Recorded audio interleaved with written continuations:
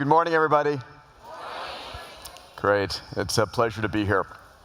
So I want to talk to you about what I'm passionate about, which is the extraordinary world that we're creating. So I want to give you my perspective. I have two 4.5-year-old twin fraternal boys.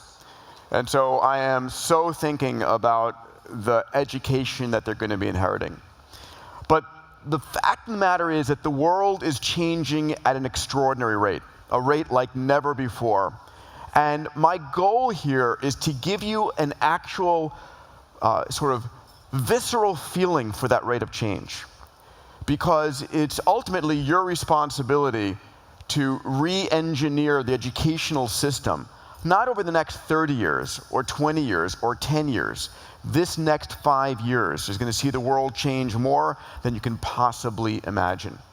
And it ultimately is going to be charter schools that have the ability and the flexibility to reinvent the curriculum that's going to sort of make it relevant for my kids, for your kids, and for the kids that we have that we're teaching. So here's the first point. We evolved as humans back hundreds of thousands and millions of years ago, back when a world was local and linear. Everything that affected you back then on the savannas of Africa was within a day's walk. The world didn't change millennium to millennium or century to century. Nothing changed. The life of your great-grandparents, you, your kids, their kids was the same. But today, the world is anything but that, right? Today, the world is global and exponential. Something happens in China or India, you know about it seconds later. Computers know about it microseconds later. Things aren't changing century to century or decade to decade. They are changing year to year. And if I were to graph that, it looks like this. That red line is all of us. It's our teachers, our students, our friends, our board members, our politicians. We haven't had a hardware or software upgrade in 50 million years. It's been a while, right? That yellow line is the technology that we're creating. Artificial intelligence, robotics, synthetic biology, computers, networks, sensors, 3D printers. All of these technologies are doubling in power year to year to year. And the difference between these two lines, between us sort of linear thinking humans not really changing in our biology very much, and this growing technology, is either disruptive stress or disruptive opportunity. And another way that I look at it is the following.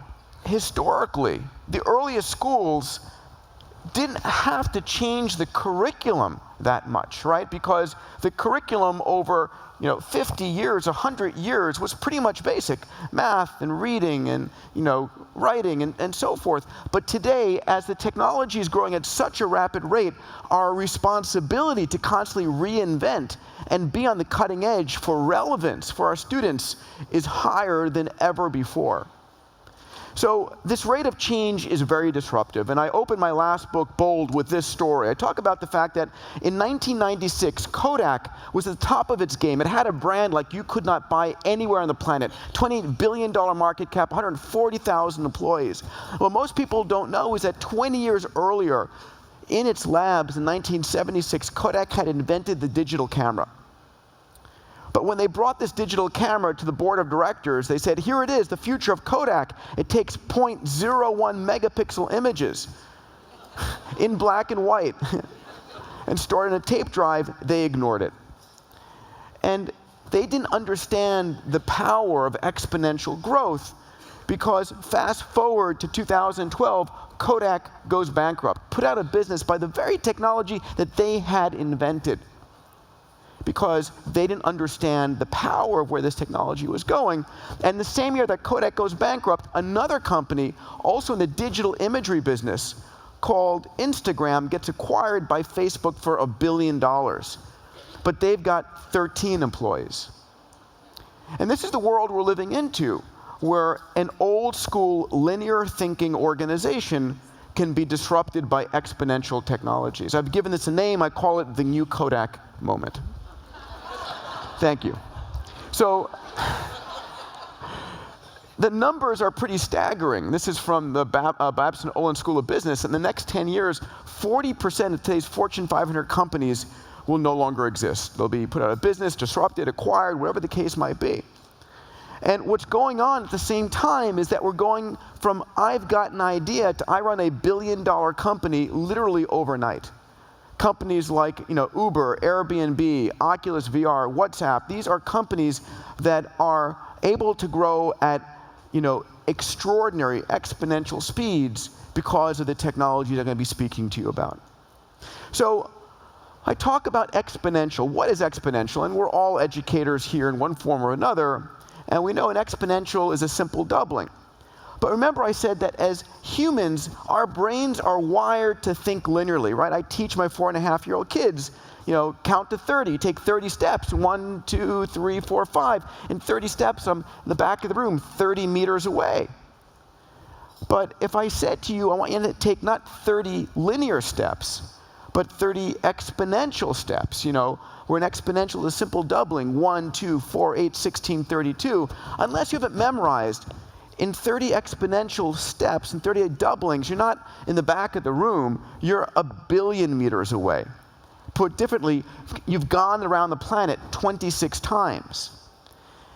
And so that difference between linear thinking, which is the hardware, the wiring, the way we're evolutionary designed to think, and exponential growth, which is the technology that we're creating, that we're using, that our kids are playing with, is really different.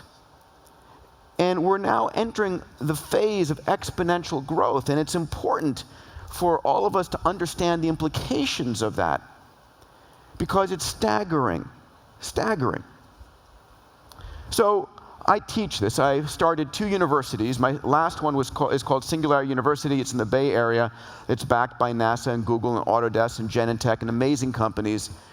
And we run programs for graduate students, executives, a whole slew of individuals. And our mission is to help people understand the power of exponentials. All right, one of the things we do with our graduate students is we have something called a 10 to the 9th plus project, which is we say, I want you to start a company during your graduate program that has the potential to impact 1 billion people in a decade. Because that's what a kid can do today. You can start a company in your garage that in 10 years can impact 1 billion people. That's the power that technologies are resident in individuals, not in companies, not in nations, now in individuals. So all of this is driven by what we now call Moore's Law. And if you've heard the term before, I'd like to explain what it is. This is Gordon Moore, one of the founders of Intel. And he started Intel in 1958. And in 1965, 7 years later, he wrote a paper that he said, at Intel, we've been noticing that the number of transistors we can put on an integrated circuit is roughly doubling every year for the same amount of money. And then he said, and it's likely to continue. And it's continued for 50 years. And so that's called Moore's Law. And I want to give you a visual representation of what this doubling for 50 years looks like. So this is the first integrated circuit. It's a horizontal and a vertical transistor. And then in 1971, Intel put out their first commercial product, the Intel 4004. It had 2,300 transistors, about $1 a piece. And so this was the first commercial product. Now fast forward some 40 years, and this is NVIDIA's graphical processor unit.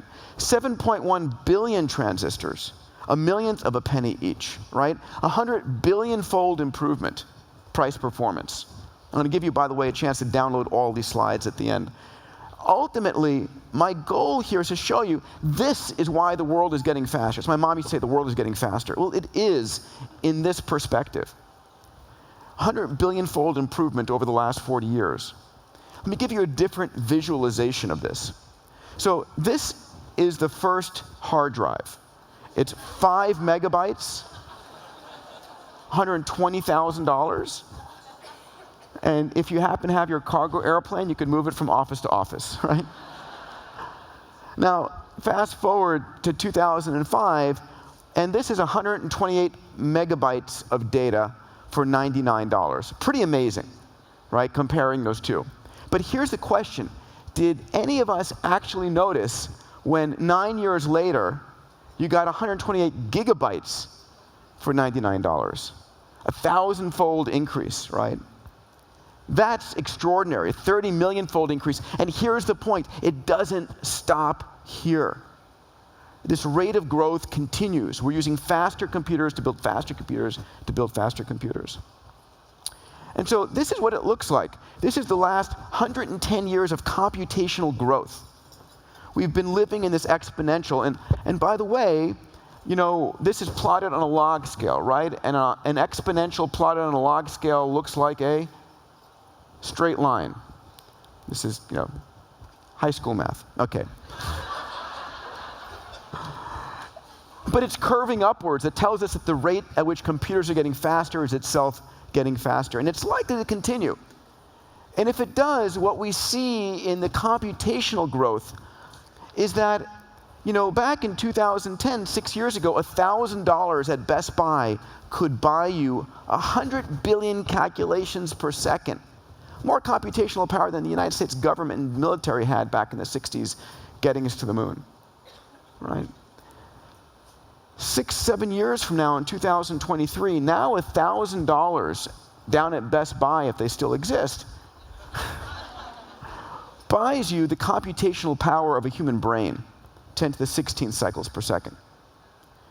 25 years later, $1,000 now buys you the computational power of the entire human race. Now your students' homework gets really easy. So this is the power of computation. And these faster, cheaper computers are powering a whole slew of technologies. And all these technologies are driving convergent, unexpected consequences. And these technologies are going to reinvent how we teach every child on the planet. Not in 20 years or 10 years, the next 5 years. I really want to wake you up, if you aren't, about the power of these technologies and how they're going to transform our world. So I'd like to talk about some of these technologies. Let me talk about artificial intelligence first. This is, you know, HAL from 2001, A Space Odyssey. You may think of AI as Siri or Google Now on your phone. You may think of it, like I prefer, as Jarvis from Iron Man, right? And we're all going to have some version of Jarvis well within the next 10 years. And you may think of it as this epic competition that my friends at IBM Watson did, which was to put up their AI, Watson, against the top 2 Jeopardy champions. The guy had won the most games, and the guy had won the most money.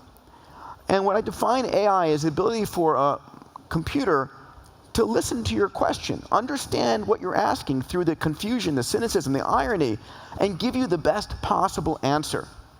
And let me show you a small clip from this, and then we'll talk about AI afterwards. Ken, you're in the first position. Please make a selection. I've never said this on TV. Chicks dig me for 200, please, Jimmy. Kathleen Kenyon's excavation of this city, mentioned in Joshua, showed the walls had been repaired 17 times. Watson. What is Jericho? Correct. 400, same category. This mystery author and her archaeologist hubby dug in hopes of finding the lost Syrian city of Urkesh. Watson. Who is Agatha Christie? Correct. Watson. Who is Mary Leakey? You're right. Watson. What is Crete? Yes. Let's finish Chicks Dig Me. Edmel. I love that. So what was IBM's Watson computer? It was a computer the size, a fraction of the stage. It was not hooked up to the internet and had downloaded Wikipedia into its memory banks, but it was able to process this information and give you the best viable answer. But this was so 4 years ago, right? Today, it's on the cloud. It operates on 3 blade servers about the size of 3 pizza boxes. And I want you to imagine the ability of anybody with a cell phone, one of your kids, the poorest child in Mumbai, able to call Watson and have a conversation, ask any question they want and get the answer. IBM is driving Watson into medicine first to be the best diagnostician, into finance, into all kinds of areas. We recently launched, I run an organization called the X Prize Foundation. We put up these large cash prizes around the world to solve big problems. We launched about a year ago something called the Global Learning X Prize. And this is a competition, $15 million, funded by my friends Tony Robbins, Elon Musk, the DeVos family, for a piece of Android software that can take a child anywhere on the planet where there's no literate adults, no schools, nothing, and take that child from illiteracy to basic reading, writing, and numeracy on their own. Right? This is about an AI, this is about a piece of software that understands the kids' abilities, their needs, their desires, all those things, and has to engage them enough to take them from nothing to basic where they can start to use the web. Our goal is that this software will be on every Android device manufactured. So we have 1 billion teachers in the world put out into the world every year. Right? This is about how do we scale for the 1 billion people who don't have anything, the 600 million women, the 250 million kids who have no literacy in Africa and Asia and parts of the world. Let's talk about sensors and networks. So that was AI. It's coming. It's powerful. AI is going to democratize. So the same way that the poorest child with a smartphone on Google has access to the world's information, right? Think about that. A child in no place on a smartphone has access to the same information as the CEO of Google. Google has democratized access to information for the President of the United States or the poorest child.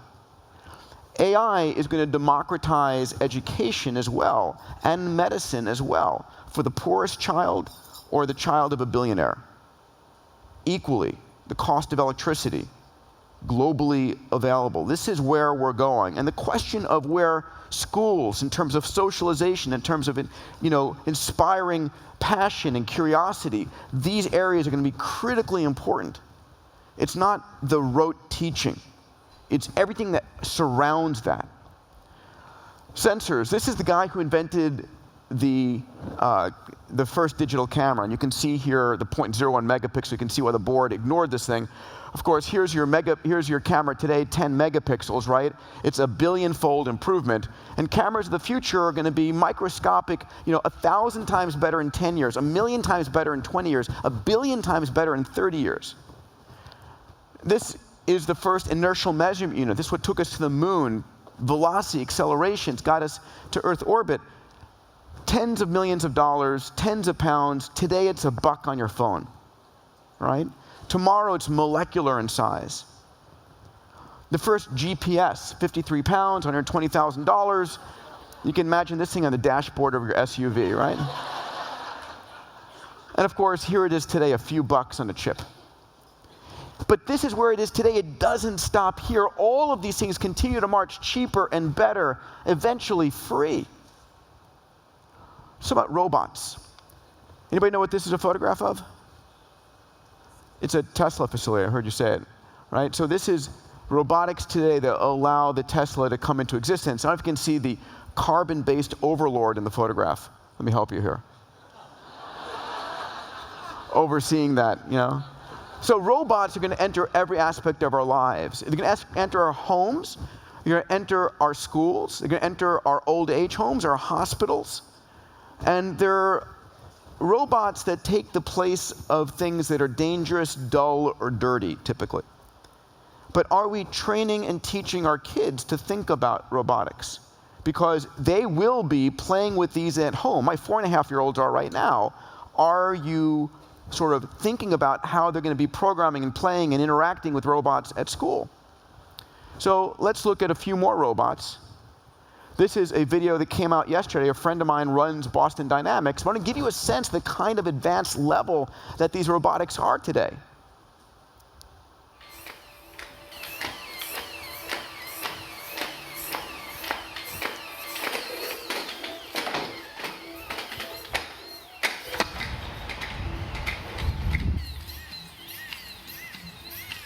Last thing I want is to go for a walk through the woods and have this thing pop out at me.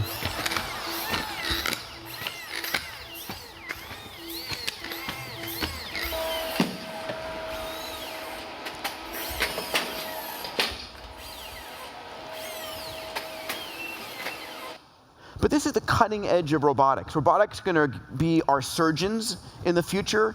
They're going to be stocking boxes on shelves in the future. They are coming right now. They're here with a massive force.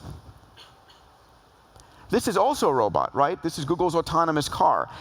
Google led the way here, but every car company on the planet is working on full or partial autonomy. Again, not 10, 20 years from now, the next 5 years, right? Tesla's announced full autonomy in 2 years. My 4.5-year-olds are never going to drive. They're not. They're going to say, take me to Billy's house.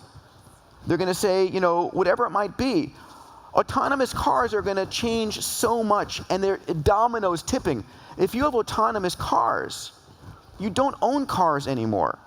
You own car as a service. So my friends at Uber are full on working on autonomous Uber. So your cost of doing an autonomous Uber is going to be 1/10 the cost of driving and owning a car. Except when you use an autonomous Uber, everybody's got a chauffeur, right? And it doesn't matter where you live anymore, because your kids can be in one place and you don't have to have a parent driving them. The autonomous car will take them. Talk about redistricting of schools and how that's going to change things.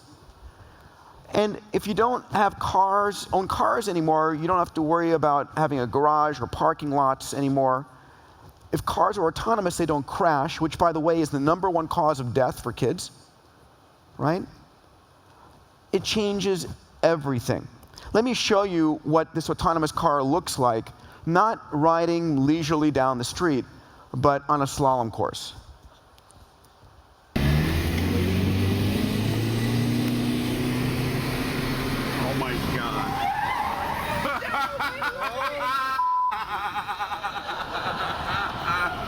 Oh dear Lord. Oh my God, this is so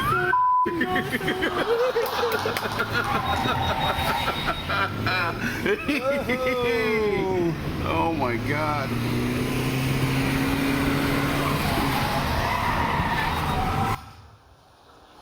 Pretty fun, huh? So let's talk about 3D printing. 3D printing is about whatever you can imagine in your mind being able to create. So we can now 3D print in 250 different materials in full color. These are titanium turbine blades that are 3D printed for the next generation jet engines. We're 3D printing, body replacement components, 3D printing full-up chips, and we're 3D printing for the women in the audience here, clothing, shoes, handbags, right? Go online, find something you beautifully designed in Bangladesh that morning and print it in your closet in the afternoon. This is the future of clothing. And then look at this 3D printing ring that comes out of 3D printing working perfectly. For the guys in the audience, we're now 3D printing cars. For the women too. This is the first car that came off the line, $15,000, 80 kilometers on a charge, 12 hours on a print. Not 100%, but a good 90%. A year later, here's the design of 3D printed cars.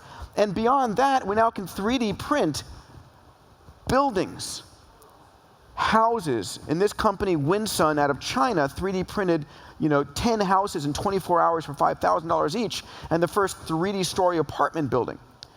So I want you to imagine, as a child, being able to describe something that you want, right? Not build it in clay, but actually have an AI design the CAD files and 3D print it there.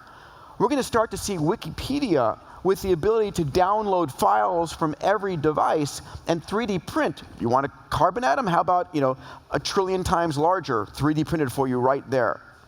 So 3D printing is going to become the way that we take our ideas and physically manifest them. It's a new artisanship that's coming down. It's something which every school needs to be playing with and thinking about. Let's talk about one of the biggest impacts on the educational space, virtual reality and augmented reality, right? So this was Lara Croft, a video game character, 17 years ago. This is her today, right? Off your laptop. The ability for PCs today to render visually perfect images that are indistinguishable to a large degree from photographs. I love this. This is Project Tango coming out of Google right now. And what you can do is you can go with your phone into a room, and you basically, as he's doing, are mapping the room. You're visualizing it, and Project Tango will create a perfect 3D model of the room that you can then put on a pair of VR goggles and go explore. So we're going to actually map the entire physical world. You want to go to Egypt? You'll be able to go and explore the Egyptian pyramids and feel like you're there because they've been perfectly mapped. Not almost, perfectly mapped. You heard of Oculus VR, purchased for a couple of $1 billion 18 months after it was started as a Kickstarter campaign, right? Here's Sony and Samsung, and this is a company called Magic Leap we'll be hearing a lot about next year, funded by Google and by Qualcomm and Alibaba, and HoloLens. And I want to show you a short video of what VR and AR is going to look like. So this is a video from Microsoft about the ability we're going to have to put on a pair of goggles and be able to interact with the world in a brand new way. Education in a brand new way. So look at this video and then tell me what you feel or what you think about this. What if we could go beyond the screen? Where your digital world is blended with your real world. Now we can. This is the world with holograms. What will they enable us to do? New ways to visualize our work. I have an idea for the fuel tank. New ways to share ideas with each other. How are things going your end? I just put the images in OneDrive. Perfect. More immersive ways to play.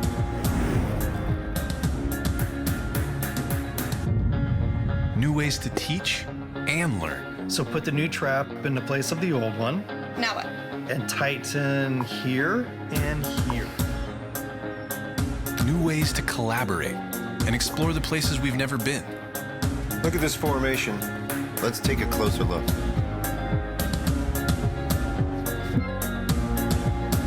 And new ways to create the things we imagine.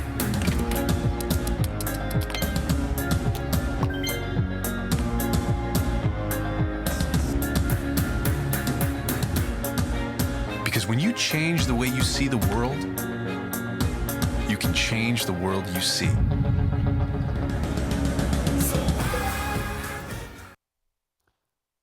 This isn't theory. This is here. This is coming right now. Billions and billions and billions of dollars being invested by Google and by Facebook and by Microsoft and by Samsung and by Alibaba, by every major tech company to create this. This will be part of the way we reinvent education. Please, this is important. You have a chance to lead where these technologies are going. The final technology I want to talk about is genomics and synthetic biology. We've entered a period of time where our children in school today, when they talk about being programmers, are not going to be programming with C++ or Pascal or BASIC. It's going to be with genomics. Genomics is a language. It's a programming language. And we have dropped the cost of reading DNA from $100 million to $1,000, 100,000-fold reduction in the last 15 years. We're now writing DNA. We're able to actually design something in the computer. This was done by my business partner a few years ago. Designed a million letter string of DNA and created the first synthetic life form, the first life form whose parent was an email file.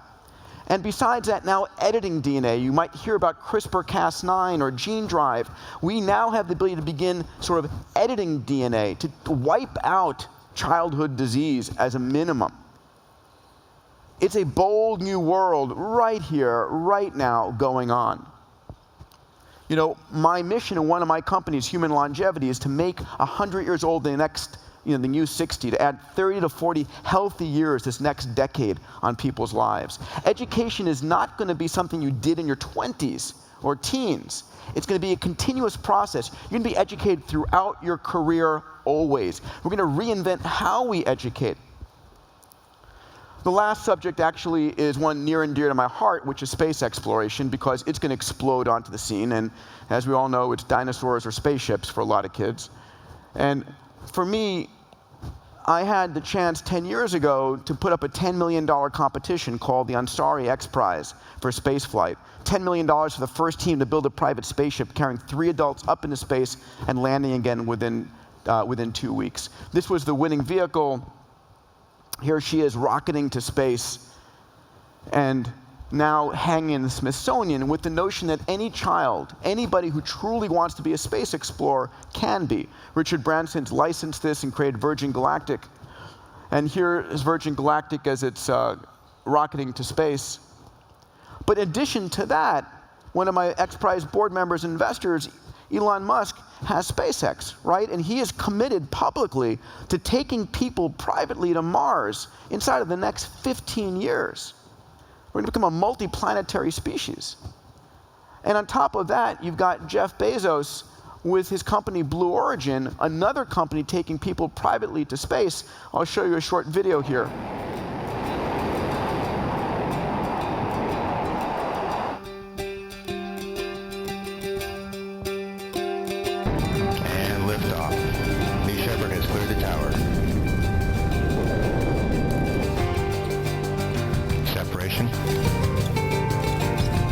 Apogee 333,000 feet. And touchdown.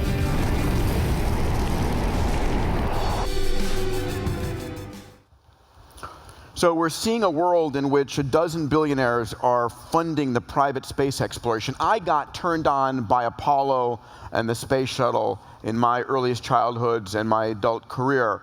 This is going to enable kids to do whatever they want. There is no limitations.